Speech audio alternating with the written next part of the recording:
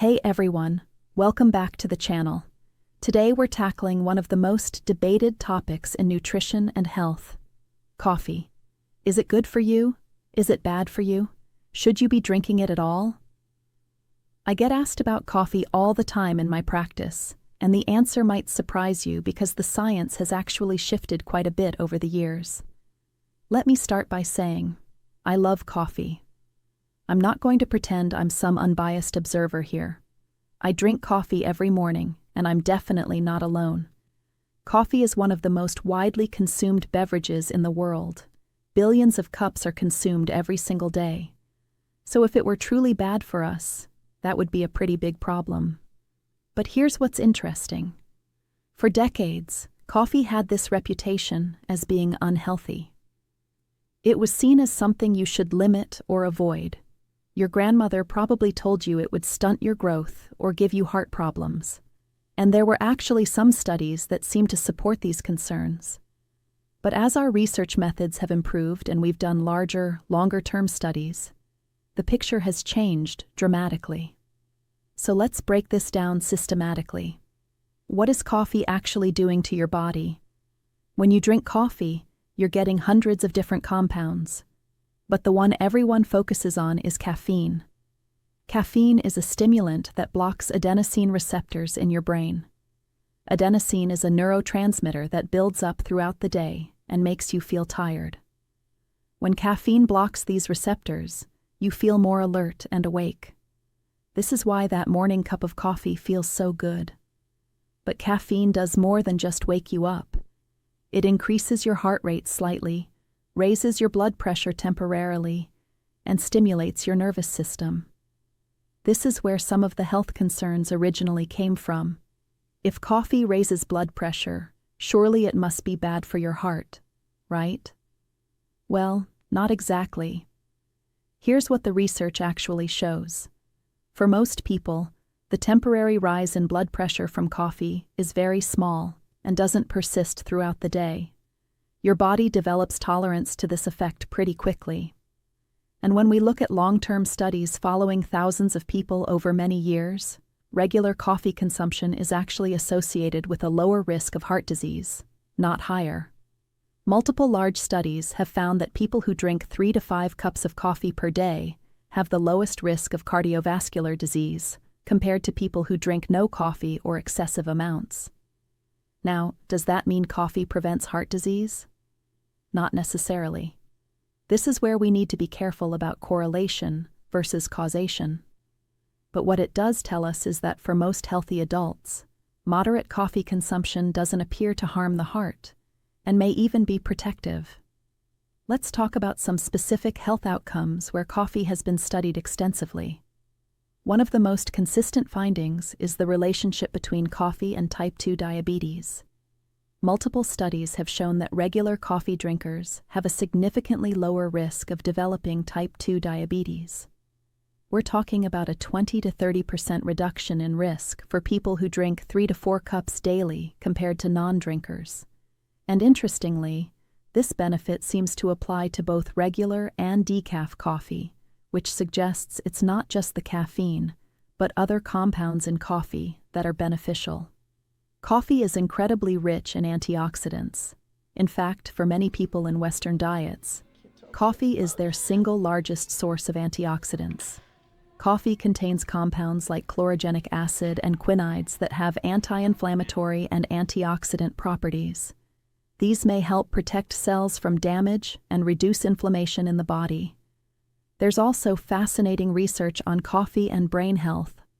Several studies have found that regular coffee consumption is associated with a lower risk of neurodegenerative diseases like Parkinson's and Alzheimer's.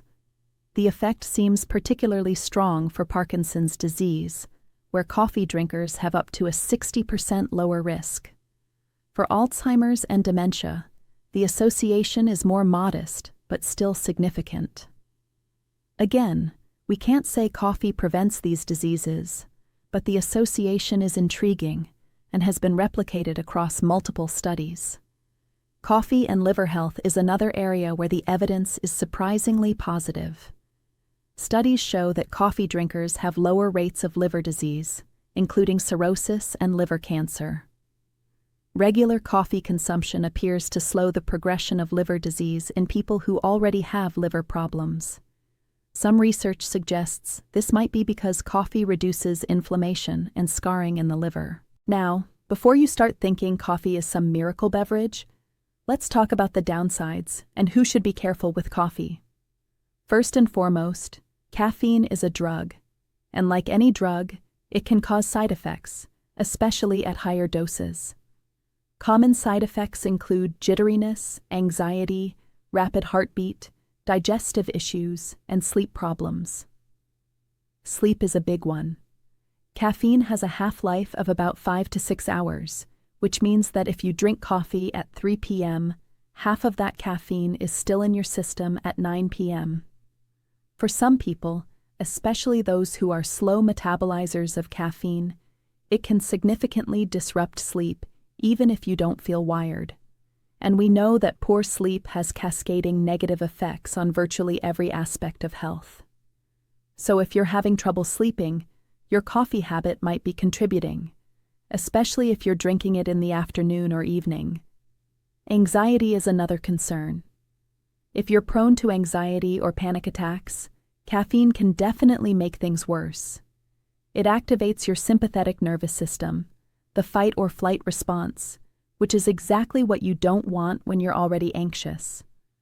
I've had patients who struggled with anxiety for years, and when they cut out coffee, their symptoms improved dramatically. There are also some people who should be more cautious with coffee. If you have uncontrolled high blood pressure, it's worth discussing coffee intake with your doctor. While coffee doesn't seem to cause long-term hypertension in most people, if your blood pressure is already elevated, the temporary spikes might matter more. Pregnant women are generally advised to limit caffeine to less than 200 milligrams per day, which is about 1 to 2 cups of coffee, because high caffeine intake has been associated with increased risk of miscarriage and low birth weight. People with certain heart conditions, particularly arrhythmias, might need to limit coffee. If you have atrial fibrillation or other irregular heart rhythms, caffeine can sometimes trigger episodes.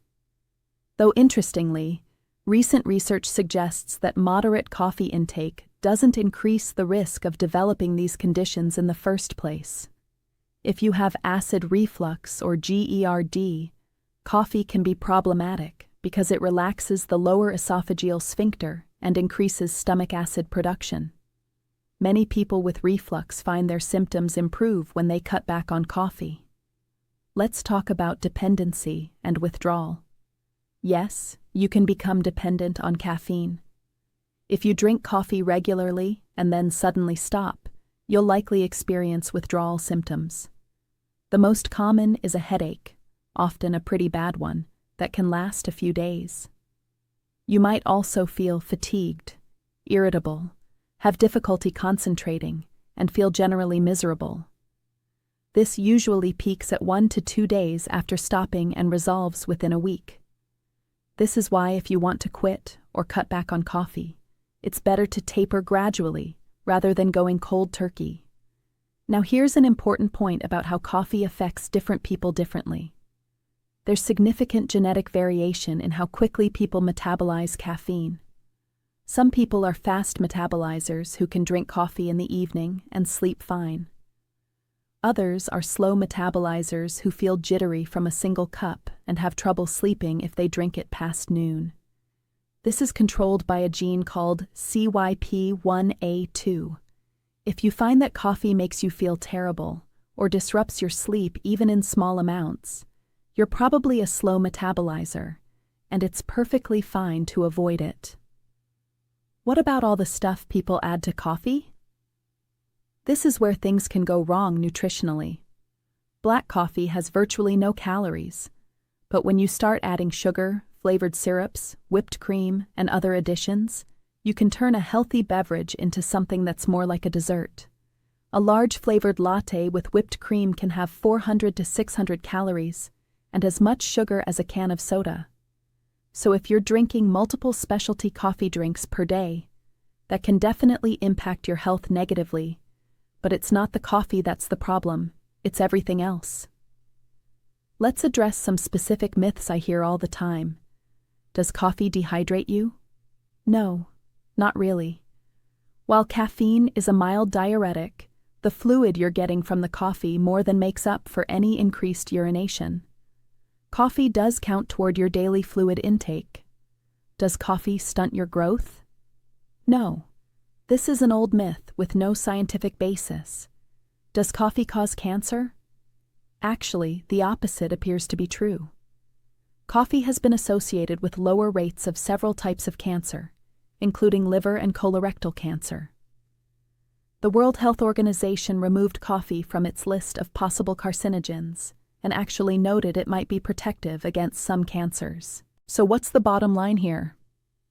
For most healthy adults, moderate coffee consumption, which is generally defined as 3 to 5 cups per day, or up to 400 milligrams of caffeine, appears to be safe and may actually have health benefits.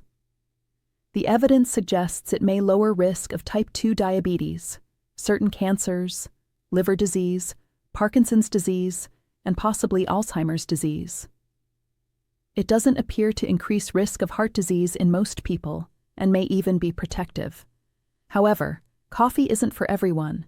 If it makes you anxious, disrupts your sleep, worsens reflux, or if you have certain medical conditions, it might not be right for you. And that's okay. You don't have to drink coffee to be healthy. The potential benefits, while interesting, aren't so dramatic that you should force yourself to drink it if you don't enjoy it or if it doesn't agree with you. If you do drink coffee, here are my practical recommendations. First, pay attention to timing. Try to avoid coffee in the late afternoon or evening to protect your sleep. For most people, cutting off caffeine by early afternoon is a good rule. Second, be mindful of what you're adding to your coffee. Keep the sugar and high-calorie additions to a minimum most of the time. Third, stay hydrated with water too. Coffee isn't a replacement for water. Fourth, if you're pregnant or have specific health conditions, talk to your doctor about what amount is safe for you. And finally, listen to your body. If coffee makes you feel great and doesn't cause problems, enjoy it. If it makes you feel awful, don't drink it just because you heard it has health benefits. Your individual response matters more than population-level statistics. One last thing I want to mention is about quality. While we've been talking about coffee in general, not all coffee is created equal. Coffee can be contaminated with mold or mycotoxins if it's not stored properly, and it's one of the most heavily pesticide-treated crops. If you're drinking coffee regularly, it might be worth investing in organic, high-quality coffee. You don't need to spend a fortune, but buying whole beans from reputable sources and storing them properly can make a difference. So is coffee bad for you? Based on the current evidence, for most people, the answer is no. In fact, it might even be good for you in moderate amounts. But it's not essential, and it's definitely not right for everyone. The key is knowing your own body, being mindful of how much you're drinking and when, and not relying on coffee to compensate for inadequate sleep or poor lifestyle habits. Thanks so much for watching today's video. I really appreciate you taking the time to be here and invest in your health knowledge. If you found this information helpful, please give this video a thumbs up. It really helps the channel reach more people who might benefit from this content. Don't forget to subscribe and hit that notification bell so you never miss a new video. I post new health content every week covering topics that matter to you and your well-being. I'd love to hear from you in the comments below. Are you a coffee drinker? How does it affect you? Has this information changed how you think about your coffee habit? Share your thoughts and experiences. If there's a specific health topic you'd like me to cover in an upcoming video, drop it in the comments, and I'll do my best to address it. This channel is all about providing you with accurate, evidence-based health information that you can actually use in your daily life. As always, remember that the information in this video is for educational purposes and shouldn't replace personalized medical advice from your own healthcare provider. Everyone's health situation is unique, so make sure to consult with your doctor for guidance specific to you. Thanks again for being part of this community. Take care of yourself, stay healthy, and I'll see you in the next video.